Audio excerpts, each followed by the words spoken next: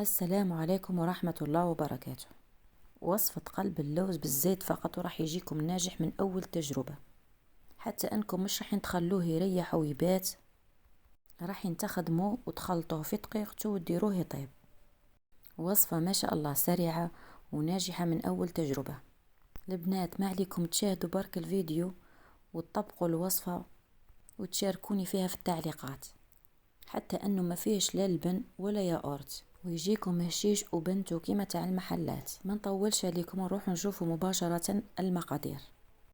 بسم الله. نبداو باول حاجه نخدموها هي الشربات، فيها 2 كيسان سكر 4 كيسان ماء.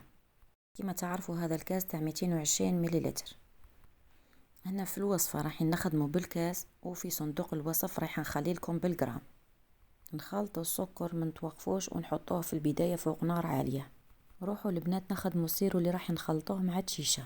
حطيت كاس سكر والكاس الثاني ناقص اصبع، نضيف عليهم خليط بين ماء الزهر والماء. اذا كان المزهر تاعكم مش قوي تقدروا تحطوا كاس كامل مزهر. هنايا في مكان ما راح نخلط السكر مع الشيشه ونستناو حتى يذوب السكر، نختصر الطريق ونستعملوا هذه الطريقه. وندي الخليط نحطه فوق نار متوسطه، نخلطوا هذا السيرو ما نتوقفوش حتى يذوب السكر تماما. ومن جهه اخرى راني نخلط ثاني في الشربات، حطيتهم في نفس الوقت. البنات هذا السيرو مانيش راح نخليه يطول فوق النار، نشوفوا برك بدا يدير الفقاعات في الجوانب، نتوقف ونطفي عليه ونخليه يبرد على جهه. وبالنسبه للشربات اللي راح نسقوا بها قلب اللوز، رايحه نحطها في نار متوسطه ونخلي عليها مده 15 دقيقه. وبعد ما تطيب رايحه نزيد لها نصف كاس تاع ماء الزهر. هذا الوقت اللي راه يبرد فيه السيرو نروح نخلطوا الشيشه. رايحه نستعمل 4 كيسان معمرين مليح من الشيشه الخشينه كامل.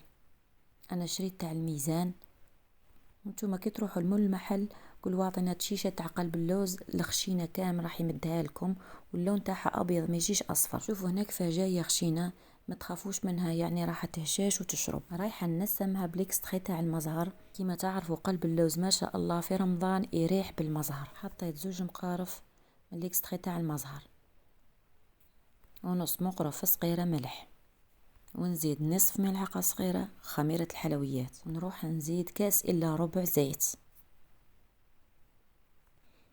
ونروح نخلطهم مليح بالملعقة بدون ما تستعملوا ديكم. شوفوا البنات راه ما كانش أسهل من هذه الطريقة، صدقوني راها ناجحة ما شاء الله. وبالنسبة لهذاك السيرو اللي كنا خدمناه زدت له هنايا ليكستري تاع الكراميل. هنايا برك راح يساعد في اللون تاع الشيشه باه يبدل لها اللون يولي شويه مارون، يولي يشبه كيما تاع المحلات.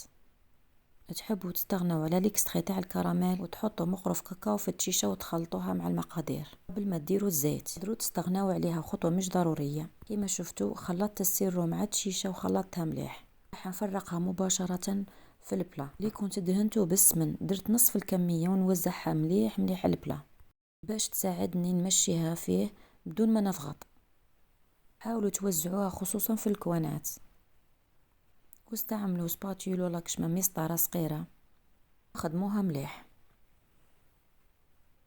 هنا قسمت الشيشه على نصفه لانه راح ندير في الوسط طبقه من الكاكاو يبان كانه محشي.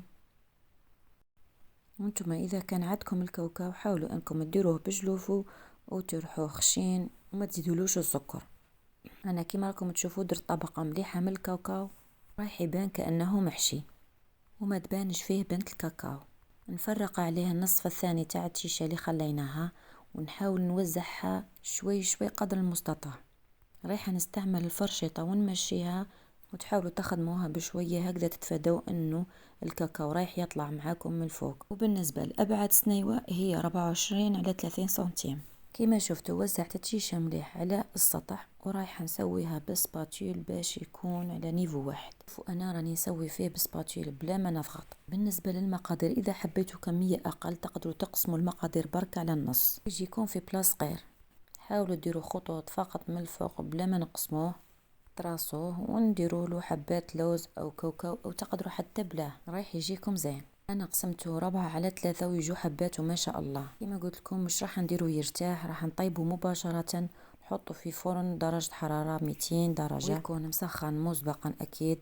لمدة 40 حتى 45 دقيقة حسب الفور. كي تشوفوه أحمر زين في الجوانب وحمارة في الوجه، تهبطوا ليطاج من الوسط لتحت كامل وتشعلوا عليه من الفوق وتخلوا عليه يحمر، وخلوه يدي تحميرة مليحة، لأنه كي تجوا تشربوه من بعد رايح يفهى اللون تاعو شوية. مباشرة بعد ما تخرجوه من الفرن شربوه. كمية الشربات فرقوها كامل في البلا ووزعوها برك مليح. تشوفوا انه مازال ما تشربش. هنايا قربت لكم الصورة، شوفوا هنايا راح يجيكم يابس عادي، ما تخافوش منه، راح يطرى من بعد. شوفوا هنا الشربات كيفاش راها تعوم من الفوق. شوفوا كيما هاك تقولي ماهوش رايح يشرب، بصح من بعد رايح يتشربها كامل هذيك الشربات.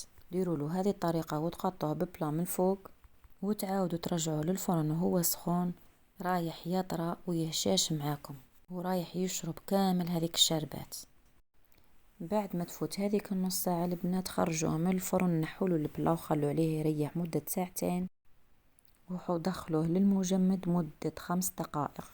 رايح يشد روحه شوية، اقسموه وشوفوا النتيجة.